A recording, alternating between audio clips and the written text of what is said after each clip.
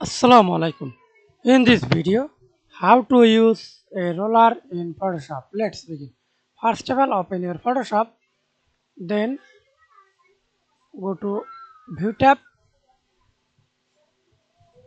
Roller, or press Ctrl R hide and again press Ctrl R show. And then see this roller. Click roller, right click. You, you can use pixels, again right click, centimeters, again right click, millimeters. That's as you wish.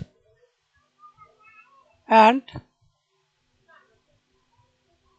example use see.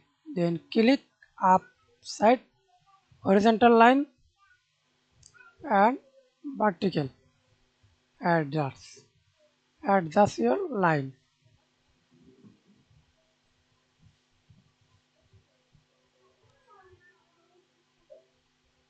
and advance.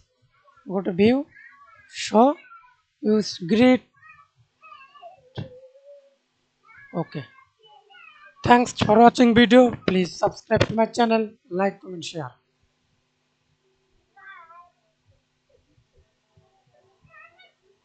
Remove, press Ctrl H.